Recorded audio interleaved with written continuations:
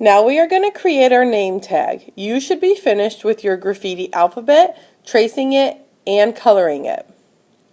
Make sure your name is on the back of your alphabet. Now you are going to create your graffiti name tag. This will be slightly different than your alphabet because it's going to have to look unified and it's going to be very stylized. For this portion, the tools that you will need are your name tag paper, a Sharpie, a pencil, and an eraser. If you do not know where the name tag paper is, it is on the 6th grade shelf right underneath where you got the graffiti alphabet paper.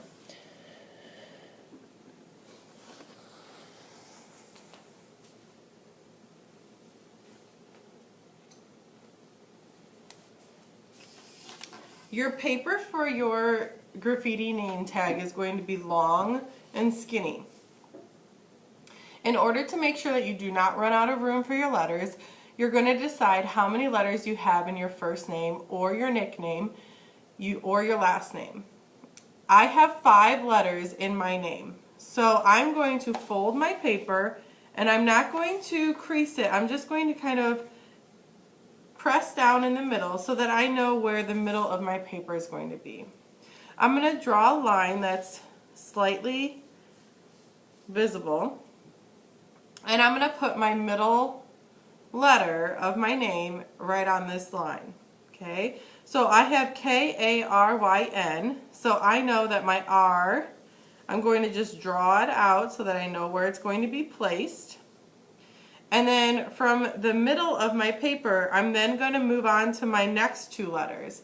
So you need to decide how many letters you have to fit on either side of your middle letter. So let's say you have 4 letters and you don't have one in the middle. You know that this is the middle and you're going to need 2 and 2.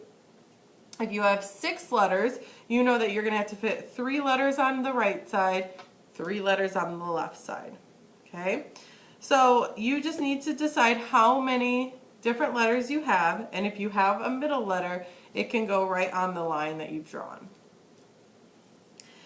You can draw your first name, your last name, a nickname. It doesn't matter to me what kind of name. Maybe you created your graffiti name when we did our Scholastic. That's totally fine.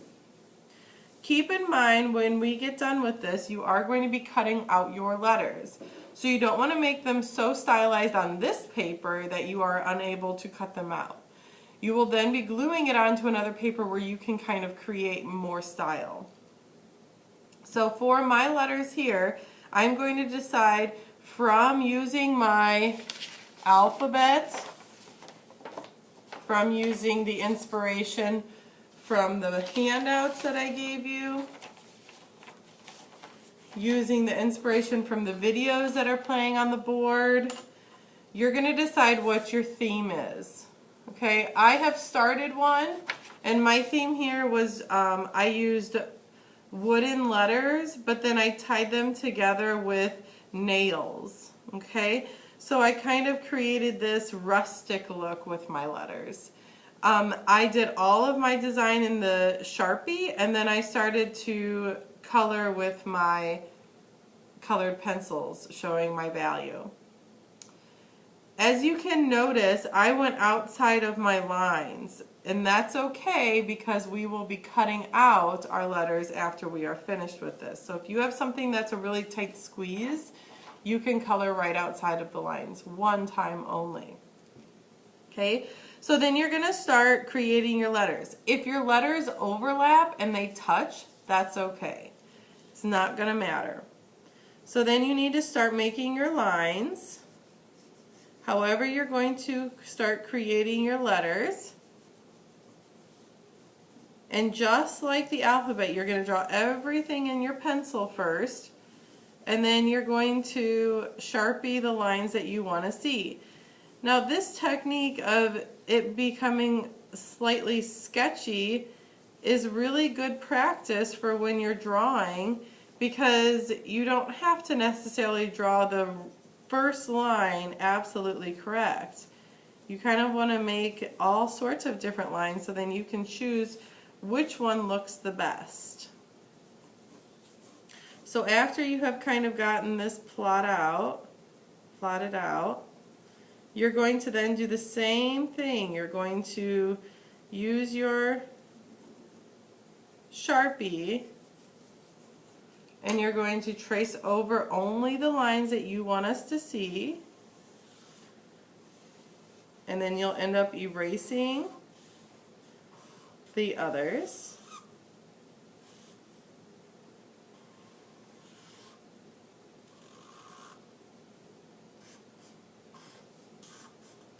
And you're going to do this for all of your letters. Then you'll take your big eraser and you'll erase all of those lines that you don't want us to see. Keeping in mind you can use a colored Sharpie, it doesn't have to be black.